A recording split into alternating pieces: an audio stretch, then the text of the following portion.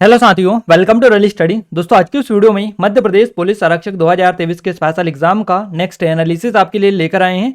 29 अगस्त 2023 को हम second shift का एनालिसिस कवर करेंगे। 12:30 से 2:30 वाला जो पेपर हुआ है आपका, इसके कंप्लीट क्वेश्चन अपन कवर करने वाले हैं। क्लियर है? इस वीडियो की पीडीएफ फाइल के लिए आप एप्लीकेशन को डाउनलोड कर लीजिएगा, टेलीग्राम चैनल ग्रुप को ज्वाइन कर लीजिएगा, जिनकी लिंक आपको डिस्क्रिप्शन में मिल जाएगी।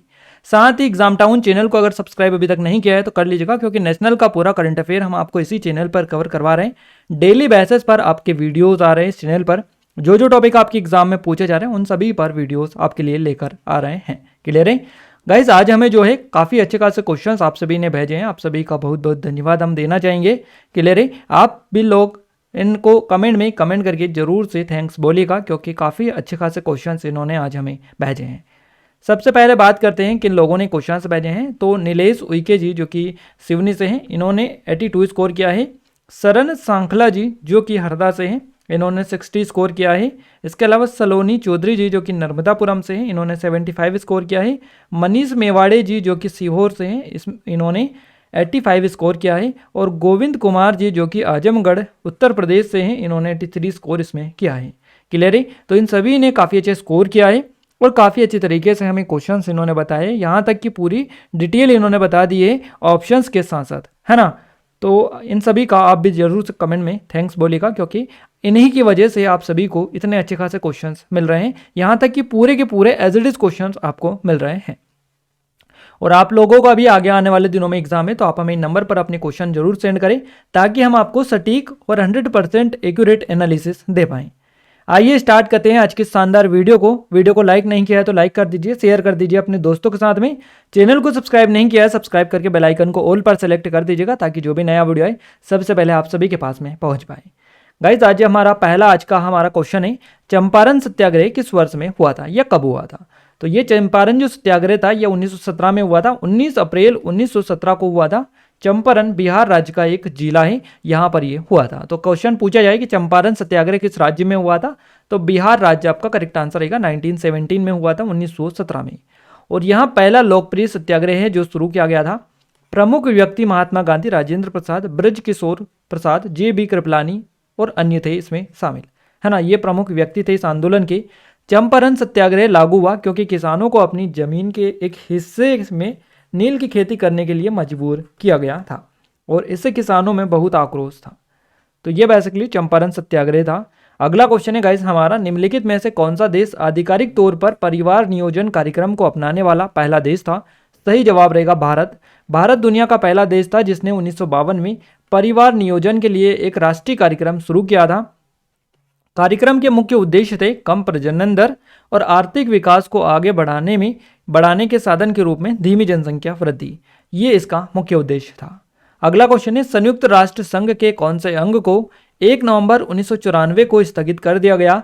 सही जवाब रहेगा न्यायशीलता परिषद को 1 नवंबर 1994 को स्थगित कर दिया गया है। संयुक्त राष्ट्र संघ का एक अंग ये था। तो पलाऊ के अंतिम शेष संयुक्त राष्ट्र ट्रस्ट क्षेत्र स्वतंत्रता प्राप्त करने के 1 महीने बाद न्यास परिषद ने 1 नवंबर 1994 को संचालन बंद कर दिया।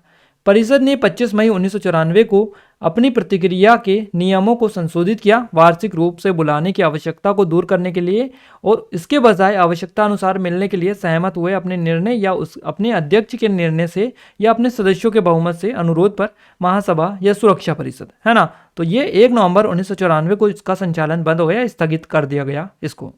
अगला क्वेश्चन है गाइज हमारा, कृषि और पर्यावरण के क्षेत्र में योगदान के लिए कौन सा पुरस्कार दिया जाता है। या इस तरह से होगा, बोरलाग जो पुरस्कार है ये किसके द्वारा प्रदान किया जाता है या किस क्षेत्र में दिया जाता है। तो अगर ये पूछे तो ये कृषि पर्यावरण रहेगा, या कृषि पर्यावरण रहेगा तो ये आपका हो जाएगा बोरलाग पुरस्कार इसमें दिया जाता है। किसके द्वारा दिया जाता है, तो ये बोरलाग जो पुरस्कार है ये दिया जाता है कोरोमंडल इंटरनेशनल के द्वारा। क्लियर है गाइज? आइए डिटेल हम कवर करते हैं। बोरलॉन्ग जो पुरस्कार है ये एक उर्वरक कंपनी कोरोमंडल इंटरनेशनल इसके द्वारा दिया जाता है। यह पुरस्कार भारतीय वैज्ञानिकों को उनके अनुसंधान और कृषि और पर्यावरण के क्षेत्र में योगदान के लिए दिया जाता है। ये जो पुरस्कार है 1972 में बनाया गया था। नोबेल पुरस्कार विजेता और हरित क्रांति के जनक जर्मन नॉर्मन बोरलॉग इनका नाम है, तो इनके सम्मान में ये नामित किया गया था, है ना। नॉर्मन बोरलॉग के नाम पर यह सम्मान दिया जाता है। अगला क्वेश्चन है, विदिशा का उल्लेख किसमें मिलता है। पुराणों में, वेदों में, इस तरह से ऑप्शन आपको मिले थे। तो पुराणों में इसका उल्लेख मिलता है विदिशा का। विदिशा पूर्व में भैलसा के नाम से जाना जाता था, प्राचीन काल में बैसनगर के नाम से ये जाना जाता था। मध्य प्रदेश के भारत में एक शहर है, यानी कि मध्य प्रदेश में एक शहर है ये विदिशा, याद रखिएगा। विदिशा किस जिले में आता है? ये विदिशा ही एक जिला है गाइस। कहाँ पर जिला आएगा? तो विदिशा यानी भैलसा, ये एक जिला है मध्य प्रदेश का, जो कि भोपाल संभाग के अंतर्गत आता है ये आपका। तो भोपाल जो है यह राज्य की राजधानी भोपाल के उत्तर पूर्व में है। विदिशा नाम पास की नदी बैस से लिया गया, जिसका उल्लेख पुराणों में मिलता है। क्लियर है? तो यही बेसिकली क्वेश्चन पूछा गया है। विदिशा नाम पास की नदी बैस से लिया गया है, जिसका नाम उल्लेख पुराणों में मिलता है, यानी बैस का जो नाम है ये मिलता है पुराणों उल्लेख पुराणों में, है ना। और ये जो शहर है बेतवा नदी के पूर्व में स्थित है। अगला क्वेश्चन है 4 स्टेट दिए थे, पूछा था समुद्र तट के किनारे कौन सा स्थित है। इस तरह से आपको दे रखे थे। तो भारत के 9 राज्य हैं ये समुद्र तट के किनारे हैं। कौन कौन से? भारत के वे राज्य जो समुद्र तट के किनारे हैं उनमें गुजरात, महाराष्ट्र, गोवा, कर्नाटक, केरल, तमिलनाडु, आंध्र प्रदेश, ओडिशा और पश्चिम बंगाल, है ना। तो ये 9 राज्य हैं जो कि समुद्र तट के किनारे स्थित हैं। इन्हीं में से एक ऑप्शन आपको दिया होगा। क्लियर है? बाकी 3 आपको अलग ऑप्शन होंगे। इसके अलावा 2 केंद्र शासित प्रदेश भी है, दमन और दीव और पुडुचेरी। ये भी जो है समुद्र के तट के किनारे स्थित है। तो याद रखिएगा, गुजरात में भारत की सबसे लंबी तटरेखा है और यह समुद्र तट अरब सागर से घिरा हुआ है।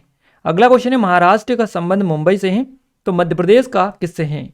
सही जवाब रहेगा भोपाल से, क्योंकि महाराष्ट्र की जो राजधानी है मुंबई है, तो मध्य प्रदेश की हो जाएगी भोपाल।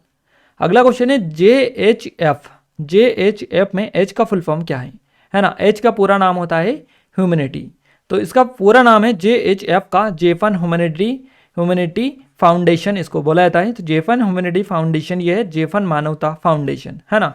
तो ये इसका फुल फॉर्म है।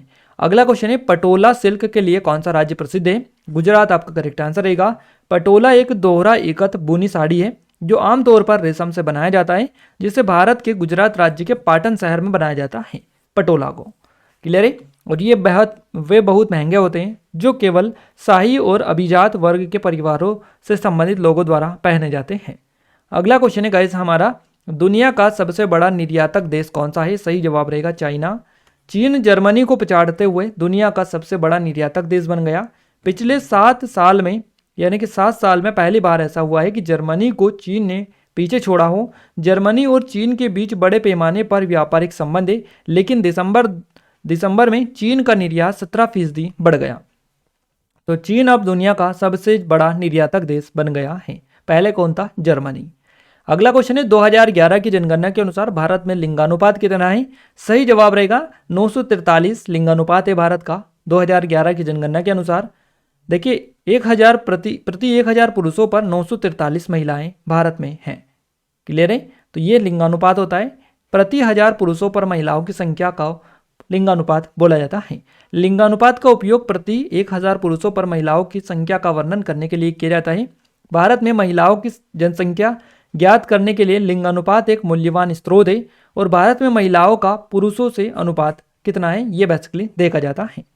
अगला क्वेश्चन है 2011 की जनगणना के अनुसार भारत की साक्षरता दर क्या है? सही जवाब रहेगा 74%। 2011 की जनगणना के अनुसार भारत की साक्षरता दर है 74.04%। पुरुषों के लिए, है ना, पुरुषों के लिए 82.14% है और महिलाओं के लिए है 65.46%। तो ये अलग अलग भी आपसे पूछे जाए तो बता दीजिएगा। 2011 की जनगणना के प्रयोजन के लिए 7 वर्ष और उससे अधिक आयु का व्यक्ति जो किसी भी भाषा में समझ के साथ पढ़ लिख सकता हो उसको साक्षर माना गया है। ऐसे एक व्यक्ति जो केवल पढ़ सकता है लेकिन लिख नहीं सकता वहाँ साक्षर नहीं है। पढ़ना लिखना दोनों जरूरी होना चाहिए, उसी को साक्षर बोला जाता है। केरल ने 93.91% साक्षरता दर के साथ शीर्ष स्थान प्राप्त किया है। इसी के साथ 63.82% की साक्षरता दर के साथ बिहार सबसे लास्ट में आता है। अगला क्वेश्चन है अमेरिका द्वारा नवगठित अंतर्राष्ट्रीय भ्रष्टाचार रोधी चैंपियनशिप अवार्ड, है ना, चैंपियंस अवार्ड से किसे सम्मानित किया गया है? सही जवाब रहेगा अंजलि भारद्वाज को। सूचना का अधिकार कार्यकर्ता है अंजलि भारद्वाज। इनको अमेरिका द्वारा नवगठित अंतर्राष्ट्रीय भ्रष्टाचार रोधी चैंपियंस पुरस्कार से सम्मानित किया गया है। और ये जो अंजलि भारद्वाज है सरकारी कामकाज में जवाबदेही और पारदर्शिता को बढ़ावा देने के लिए काम करने वाली दिल्ली के नागरिक समूह सतर्क नागरिक संगठन की संस्थापक है ना। तो ये अंजलि भारद्वाज इस संगठन सतर्क नागरिक संगठन की संस्थापक है, तो याद रखिएगा। अगला क्वेश्चन है, संघ लोक सेवा आयोग के अध्यक्ष और अन्य सदस्यों की नियुक्ति कौन करता है? तो भारत के राष्ट्रपति करते हैं। संघ के लोक सेवा आयोग यूपीएससी के अध्यक्ष और अन्य सदस्यों की भारत के राष्ट्रपति जी के द्वारा नियुक्ति की जाती है। यूपीएससी की स्थापना हुई 1 अक्टूबर 1926 को ली आयोग की सिफारिश पर हुई थी। कार्मिक और प्रशिक्षण मंत्रालय के तहत यह कार्य करता है। संघ लोक सेवा आयोग के पहले अध्यक्ष थे सर रॉस बॉरकर, इनका नाम है बॉरकर, 1926 से 1932 तक। अगला क्वेश्चन है हमारा, ब्रह्मपुत्र नदी को तिब्बत में क्या कहते हैं? या फिर सांगपो दिया रखा था और आपको बताना था कि सांगपो किस नदी को तिब्बत में कहा जाता है। इस तरह से क्वेश्चन कुछ भी घुमा फिरा के पूछा जाता है, आपका कंसेप्ट क्लियर रहेगा, आप आसानी से क्लिक कर लेंगे, क्योंकि क्वेश्चन में आगे पीछे कुछ भी उसको तोड़ मरोड़ कर आपके सामने पेश किया जाता है, तो आपको उससे कुछ फर्क नहीं पड़ना चाहिए। आपको पता होना चाहिए चीज़ें कि किस तरह से कहाँ से तोड़ मरोड़ कर इसको लाया गया है, पेश किया गया है। तो आप अपना कंसेप्ट क्लियर रखिएगा, मेन बात यही है। ब्रह्मपुत्र नदी को तिब्बत में सांगपो के नाम से जाना जाता है। ब्रह्मपुत्र की उत्पत्ति तिब्बत में के मानसरोवर झील के पास में चामुंडुंग ग्लेशियर है, यहाँ से हुई है। और बांग्लादेश में ब्रह्मपुत्र को जमुना के नाम से जाना जाता है। और यारलुंग सांगपो ब्रह्मपुत्र के ऊपरी हिस्से के लिए तिब्बती नाम है। तो ब्रह्मपुत्र का तिब्बती जो नाम है ये है यारलुंग सांगपो। अरुणाचल प्रदेश में ब्रह्मपुत्र को दिहांग के नाम से जाना जाता है और गंगा नदी को बांग्लादेश में पद्मा के नाम से जाना जाता है। अगला क्वेश्चन है, पीला सागर कहाँ स्थित है? चीन की मुख्य भूमि और कोरियाई प्रायद्वीप के बीच स्थित है पीला सागर। और अगर एग्जैक्ट लोकेशन बताए तो प्रशांत महासागर का सीमांत समुद्र क्षेत्र ये है। पीला सागर नाम पूर्वी चीन सागर के उत्तरी भाग को दिया गया है, जो कि प्रशांत महासागर का सीमांत समुद्र है। यहाँ चीन की मुख्य भूमि और कोरियाई प्रायद्वीप के बीच देखने को मिलता है, यानी स्थित है। अगला क्वेश्चन है हमारा, विश्व की सबसे ऊंची चोटी कौन सी है और कौन सी श्रेणी में स्थित है, यानी कौन सी श्रृंखला में ये आती है? तो विश्व की सबसे ऊंची जो चोटी है यह है माउंट एवरेस्ट। हिमालय पर्वत श्रृंखला में ये आती है। तो माउंट एवरेस्ट नेपाल और चीन के स्वायत्त क्षेत्र तिब्बत के बीच स्थित है। इसे पृथ्वी का सबसे ऊंचा स्थान माना जाता है। 19वीं शताब्दी में पर्वत का नाम भारत के पूर्व सर्वेयर जनरल जॉर्ज एवरेस्ट के नाम पर रखा गया था। क्लियर है? और दूसरी और तीसरी सबसे ऊंची जो पर्वत चोटियां है ये क्रमशः पॉक यानी पीओके, पाकिस्तान अधिकृत कश्मीर वाला एरिया, और भारत में स्थित K2 जो कि ये है, और कंचनजंगा। तो ये है दूसरी और तीसरी। अगला क्वेश्चन है गाइस हमारा, बाल गंगाधर तिलक को भारत की अशांति का जनक किसने कहा है? तो वैलेंटाइन सिरोल के द्वारा ये कहा गया है बाल गंगाधर तिलक जी के बारे में, अशांति के जनक इनको भारत का कहा है वैलेंटाइन सिरोल ने। क्लियर है? वैलेंटाइन सिरोल ने बाल गंगाधर तिलक को भारत की अशांति का जनक कहा है। उन्हें लोकमान्य की उपाधि से भी सम्मानित किया गया, जिसका अर्थ होता है लोगों द्वारा स्वीकार किया जाना। महात्मा गांधी ने उन्हें आधुनिक भारत का निर्माता भी कहा है। तो याद रखिएगा, लोकमान्य बाल गंगाधर तिलक जी को भारत का निर्माता किसने कहा है? तो महात्मा गांधी ने कहा है। नेक्स्ट क्वेश्चन है, भारत में कितने प्रमुख बंदरगाह है? सही जवाब रहेगा 13। वे बंदरगाह जो केंद्र सरकार द्वारा प्रतिबंधित और विनियमित होते हैं उन्हें प्रमुख बंदरगाह कहा जाता है। अगला क्वेश्चन है, कुकुर त्योहार में किसकी पूजा होती है? तो कुकुर त्योहार जो है या पर्व आप इसको बोल सकते हैं, इसमें कुत्तों की पूजा होती है। क्लियर है? कुकुर त्योहार नाम का पर्व, यानी कि जिस दिन दुनिया भर में दिवाली मनाई गई है, यानी कि दुनिया भर में जिस दिन दिवाली मनाई गई ठीक उसी दिन नेपाल में कुकुर त्योहार मनाया जाता है, यानी कुत्तों की पूजा की जाती है। इस दिन कुत्तों को उनकी वफादारी के लिए देवदूत के रूप में पूजा जाता है। कुकुर त्योहार के दिन लोग कुत्तों की पूजा करते हैं, है ना। तो ये 20 के 20 क्वेश्चन हमने आपको बता दिए जिस तरह से आपके एग्जाम में पूछे गए हैं। हो सकता है थोड़ा सा पैटर्न क्वेश्चन का आगे पीछे हो चुका होगा, क्योंकि एग्जैक्ट क्वेश्चंस तो किसी को भी याद नहीं रह पाते हैं, आप सभी को पता ही है। और इतना हमें बताया है उसके लिए भी इनका बहुत बहुत धन्यवाद देना चाहेंगे, क्योंकि बड़ी मुश्किल से इतने क्वेश्चंस कुछ लोग बता पाते, बट इन्होंने काफ़ी अच्छा स्कोर भी किया है और काफ़ी अच्छे तरीके से हमें क्वेश्चंस भी इन्होंने बताए हैं। क्लियर है? इसके अलावा गाइस नेशनल का पूरा करंट अफेयर आपके एग्जाम में आपको बताइए कितना ज़्यादा आ रहा है। आज भी 2-3 क्वेश्चंस बने हैं, हर दिन आपके क्वेश्चंस बन रहे हैं। क्लियर है?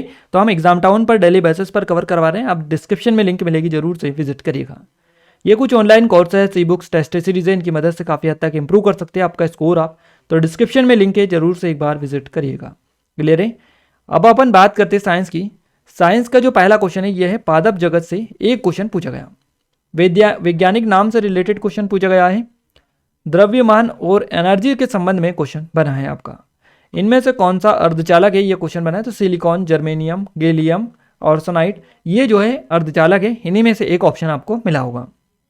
अगला क्वेश्चन है, मनुष्य की सामान्य स्वच्छ आंख के लिए स्पष्ट दृष्टि की न्यूनतम दूरी कितनी होनी चाहिए? तो 25 सेंटीमीटर आपका यहाँ से करेक्ट आंसर हो जाएगा। क्लियर है गाइस। अगला क्वेश्चन है, स्टार फिश का वर्ग कौन सा है? एस्टेरोइडेया आपका करेक्ट आंसर रहेगा। एस्टेरोइडेया आपका करेक्ट आंसर हो जाएगा। स्टार फिश का वर्ग ये है। अगला क्वेश्चन है, मोटर कार में प्रयुक्त चालक का दर्पण कौन सा होता है? उत्तर आपका करेक्ट आंसर हो जाएगा। जलवायु को क्या प्रभावित नहीं कर सकता है? देशांतर आपका प्रभावित नहीं कर सकता है। अब बात करते हैं अपन मैथ्स की। SICI से 4 से 5 क्वेश्चन बने हैं। परसेंटेज से 3 से 4 क्वेश्चन पूछे गए। लाभानी से 2 से 3 क्वेश्चन बने। सरलीकरण से 2 क्वेश्चन बने। बोर्ड मास से 2 से 3 क्वेश्चन बने हैं। संख्या पद्धति से 2 क्वेश्चन बने हैं। अनुपात से 2 क्वेश्चन पूछे गए। ज्यामिति से क्वेश्चन बने हैं। LCM HCF से 1 क्वेश्चन पूछा गया। प्रायिकता से 1 क्वेश्चन पूछा गया। अलजेब्रा से 1 क्वेश्चन पूछा गया। रेलगाड़ी से 1 क्वेश्चन बनाए। आयु से 1 क्वेश्चन बनाए। समय कार्य से 2 क्वेश्चन पूछे गए हैं आपके। क्लियर है। तो ये पूरे टॉपिक है जहां से आपके एग्जाम में क्वेश्चन बने हैं। इसके अलावा रीजनिंग में बात करें, अल्फाबेट सीरीज से 3 से 4 क्वेश्चन बने। कोडिंग डिकोडिंग से 4 से 5 क्वेश्चन पूछे गए। नंबर सीरीज से 2 से 3 क्वेश्चन पूछे गए। मिसिंग नंबर से 3 क्वेश्चन। सिलोजिज्म से 2 क्वेश्चन। दिशा दूरी से क्वेश्चन नहीं आया। बैठक व्यवस्था से नहीं आया। अगली आकृति कौन सी होगी? 3 क्वेश्चन। घड़ी से 2 क्वेश्चन। फिगर काउंटिंग से 3 से 4 क्वेश्चन और कैलेंडर से 2 क्वेश्चन। 5 से क्वेश्चन नहीं था। कथन निष्कर्ष से 2 क्वेश्चन पूछे गए हैं। तो ये पूरा आपका रीजनिंग का है और मैथ्स का हमने बता दिया है किस तरह से क्वेश्चन आपके पूछे गए हैं। ये एग्जैक्ट है गाइस, इसमें कुछ भी ऐसा नहीं है कि ये क्वेश्चंस आपको हमने गलत बताए।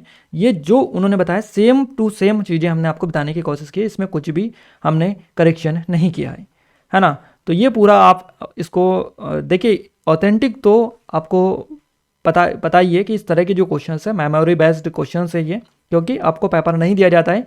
तो जो चीज़ें आपकी मेमोरी में रहती है वही आप यहाँ पर हमें बता सकते हैं। तो बेसिकली जितने भी क्वेश्चंस एग्जैक्ट मिल पाए सारे हमने बताने की कोशिश की है।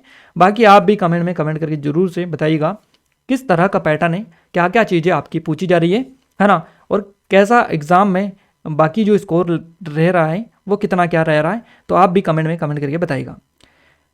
क्लियर है गाइस। ये कुछ ऑनलाइन कोर्स है, ई बुक्स टेस्ट सीरीज है। डिस्क्रिप्शन में लिंक मिलेगी, विजिट कर सकते हैं। वीडियो के PDF के लिए एप्लीकेशन को डाउनलोड कर लीजिएगा। टेलीग्राम चैनल ग्रुप को ज्वाइन कर लीजिएगा, जिनकी लिंक आपको डिस्क्रिप्शन में मिल जाएगी। इस वीडियो को ज़्यादा शेयर करें, लाइक करें, और चैनल को अभी तक सब्सक्राइब नहीं किया आप सभी से रिक्वेस्ट है कि चैनल को सब्सक्राइब करके बेल आइकन को ऑल पर सेलेक्ट कर दीजिएगा, ताकि जो भी नया वीडियो है सबसे पहले आप सभी के पास में पहुंच पाए। क्लियर है गाइस। तो मिलते हैं हमारे नेक्स्ट शिफ्ट के एनालिसिस के साथ। तब तक के लिए जय हिंद, वंदे मातरम।